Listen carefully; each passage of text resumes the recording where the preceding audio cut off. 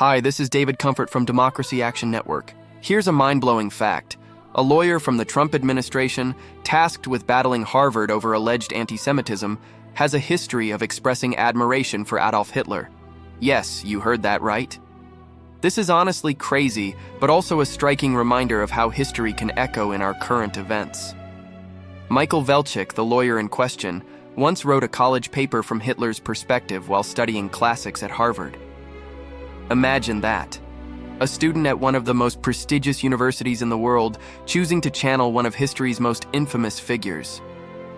What if I told you that his instructor was so taken aback by this choice that he asked Velchik to redo the assignment? It's a wild juxtaposition. On one hand, we have a rigorous academic environment, and on the other, a student seemingly enamored with one of the darkest figures in history. Fast forward to 2013, and Velchik was preparing to enter Harvard Law School. In an email, he shared that Mein Kampf was his favorite book of the year. Just pause for a second and think about that.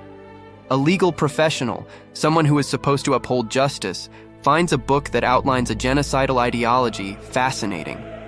This raises some serious red flags about the values he holds.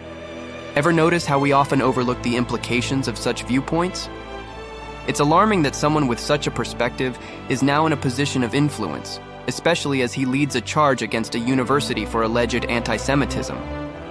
It begs the question, how can we trust someone who seems to romanticize a figure responsible for the Holocaust to address issues of hate and discrimination? This is where the absurdity comes in. The very person pushing for accountability in academia appears to have a troubling understanding of history and morality. It's a pattern we see often. Those who claim to fight against anti-Semitism may themselves harbor dangerous ideologies. It's not just about one individual. It reflects a broader context where extremist views can creep into mainstream discourse. In times like these, we must remain vigilant. The past is not just history. It's a puzzle we need to piece together to understand the present. We have to ask ourselves, what kind of future do we want to build?